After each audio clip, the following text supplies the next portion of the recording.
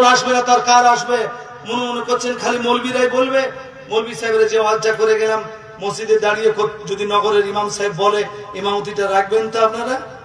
তখন বলবেন যে আমাদের আদর্শ দাদার বিরুদ্ধে বলে গেছে, আমাদের আদর্শ অগ্নিকন্যার বিরুদ্ধে বলে গেছে, আমাদের সিপিএমের বিরুদ্ধে বলে গেছে, আমাদের কংগ্রেসের বিরুদ্ধে বলে গেছেন। আর আমি নাজমুল হক কেমন দল করি শোনন।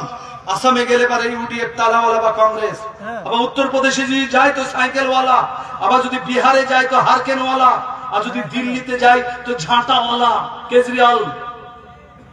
আপনাকে আমাকে দেখে বৃষ্টির গতি বুঝে ছাতা ধরা শিখতে হবে। তাই দল করুন, কিন্তু গোলামি করবো না, নিয়াতটা করুন। আর 1,90,00,000 শিখ নিয়েছেন, 1,90,00,000 শিখ মাত্র, তা বেশিরভাগ আমাদের পাঞ্জাবে বসবাস করে। 1,90,00,000 শিখ, তাদের হিম্মত আছে কারো তার মাথার পাগড়ি খুলে নেওয়া? হিম্মত আছে কারো শিখ ভাইরা দাড়ি রাখে দাড়ি কেটে দেওয়ার? আর কার হিম্মত আছে তাদের ঝুটি কাটার? ওই যে হারকি শেষেন সুরজিৎ সিপিএমের সবচাইতে বড় নেতা, কিন্তু মাথায় পাগড়িও ছিল, ঝুটিও ছিল। আমাদের ক্রিকেটার হরভজন সিং মেয়েদের চেয়ে চুল বড়, পাগড়ি বাঁধে।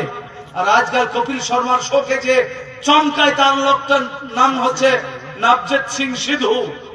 মাথার চুলটা দেখেন কত বড়, পাগড়িটা কত বড়, দাড়িটা নেট দিয়ে ঝোলা। আমাদের দেশের প্রাক্তন প্রধানমন্ত্রী, সবচেয়ে এলিট ক্যাটাগরি শিক্ষিত প্রধানমন্ত্রী ডক্টর মনমোহন সিং জাতিপুঞ্জে বক্তব্য করতে গেলেন, দাড়িকে জোড়ে, মাথার ঝুঁটিকে বেঁধে, তার উপর পাগড়ি জোড়ে। আর আপনার আমার আব্দুল জব্বার আর করিমা সাত্তার যদি একটু মেম্বার হয়, ওকে যদি বলে কাল জাঙ্গিয়া পরে আসিস, নাহলে টিকিট পাবি না, তো তাই পরেই যাবে। আমাদের মৌলভী সাহেব পর্যন্ত মন্ত্রী হয়েছে, মা কালী পুজোর মূর্তির সামনে দাঁড়িয়ে আপনার কম্বল বিতরণ করছে। আর জায়গায় ছিল না কম্বল বিতরণ করার। লাইব্রেরি উদ্বোধন করছে তো প্রদীপ জ্বালিয়ে।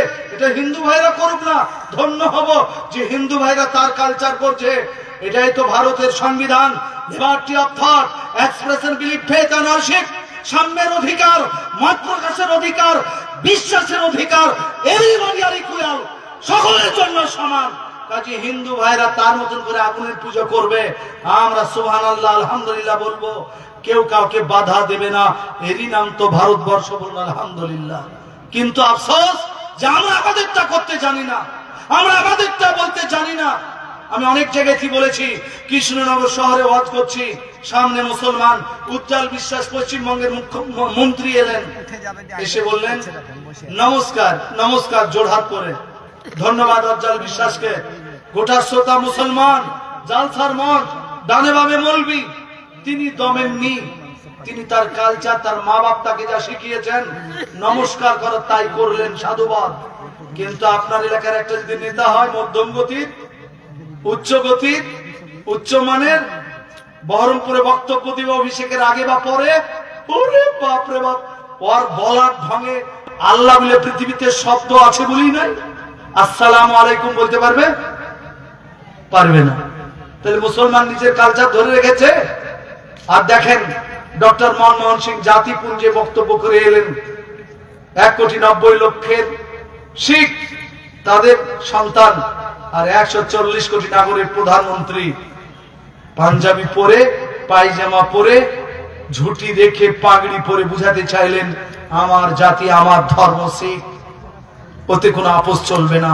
সেই জন্য শিখ ভাইরা দেশের আপনার বিমান বাহিনী, তার নেতা হয়েছেন, মাথা হয়েছেন, ত্রিবাহিনীরই মাথা হয়েছেন, সেনা প্রধান হয়েছেন। মুসলমানরা না। তা আপনাদের কাছে প্রথমে বলবো, আসুন, আল্লাহ তাআলা কোরআনে বলেছেন ওয়াবুদুল্লাহ ওয়ালা তুশরিক বিহি শাইআ ওয়া বিল ওয়ালিদাইনি ইহসানা, worship to Allah and do not associate with him. একমাত্র তোমরা আল্লাহর ইবাদত করবে, আর অন্য কারো শিরিক করবে না। আল্লাহ আমাদেরকে হেফাজত করুন, বলুন আল্লাহ আমিন। আল্লাহ ইকবালের লেখা একটা পড়ছিলাম, তোমার সামনে যদি অন্যায় হয়, তোমার সামনে যদি অন্যায় হয়, আর অন্যায়টা দেখে যদি ভদ্রভাবে চুপ থাকো, তাহলে তুমি মসজিদের মেহরাবে আর বিশ্বলয়ে আছো, দুটোই সমান। অন্যায় হচ্ছে সমাজে, গ্রামে, এলাকাতে, আর দেখার পরও তুমি ভদ্রভাবে চুপ আছো, তো তুমি মসজিদের মেহরাবে জীবন কাটাচ্ছ না বেশ্যালয়ে কাটাচ্ছ, তোমার কাছে সমান। আল্লামা ইকবাল লিখেছেন। কাজে আসুন, আল্লাহ রাসূল সাল্লাল্লাহু আলাইহি ওয়াসাল্লাম বেঁধে দিয়েছেন, মান রাআ মিনকুম মুনকারান ফালিয়ুগাইয়িরহু বিয়াদিহি ফাইন লাম ইয়াস্তাতি ফাবিলিসানিহি। তোমরা যদি অন্যায় দেখো বাহুবল দ্বারা প্রতিরোধ করো, পারবে না, ঠিক আছে, ফাবিলিসানিহি। সেকেন্ড স্টেজে এসো, জবান দিয়ে বলো, কালাবুল লিন ইয়ালিনুল কুলুব, নরম বাক্য মানুষের দিল গলিয়ে দেয়। গায়ে হাত বুলিয়ে বলো, ভাই এটা করতে হয় না, এটা করো না, বলো। তাও যদি ওকে না বলতে পারো, এমন জাল্লাদ যাকে বলাই যাবে না, তো ফাবি কলবিহি, হৃদয় থেকে তাকে ঘৃণা করো। এটা তো পারবো, এটা কি কেউ দেখতে পারবে? মনে মনে ঘৃণা করতে পারবো না, পারবো না, মনে মনে ঘৃণা করো, ফাবি কলবিহি। আর তাও যদি না করো তো শুনুন, মুসলিম শরীফে আরেকটা হাদিস, আল্লাহ রাসূল সাল্লাল্লাহু আলাইহি ওয়াসাল্লাম বলেন, মা মির রাজুলিন ইয়াকুনু ফি কওমিন ইয়ামালু ফীহিম বিল মাআসি। কোন একটা লোক গ্রামে পাপ করত, রেগুলার পাপ করে, গ্রামের লোকেরা কিন্তু পাপটা করে না। গ্রামের লোকেরা ক্ষমতা রাখে এই পাপ থেকে যুবকটাকে বিরত করার।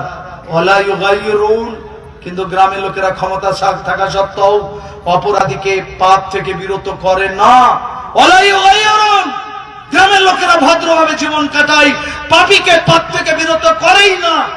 আল্লাহ নবী সাল্লাল্লাহু আলাইহি ওয়াসাল্লাম বলেছেন, বিকাবিল্লাহি ক্বাবলা আন ইয়ামুতু, ওগো আমার উম্মত তোমরা শোনো, মৃত্যুর পূর্বে তোমাদের প্রতি আল্লাহর গজব আসবে। যে অন্যায় হচ্ছিল, নীরবে ভদ্রভাবে জীবন কাটাচ্ছিলে, এটা আল্লাহর বরদস্ত হবে না, তাই আল্লাহর পক্ষ থেকে গজব আসবে। আল্লাহ তাআলা আপনাকে আমাকে পাক্কা সচ্চা দিনদার হিসাবে এই ভারতের মাটিতে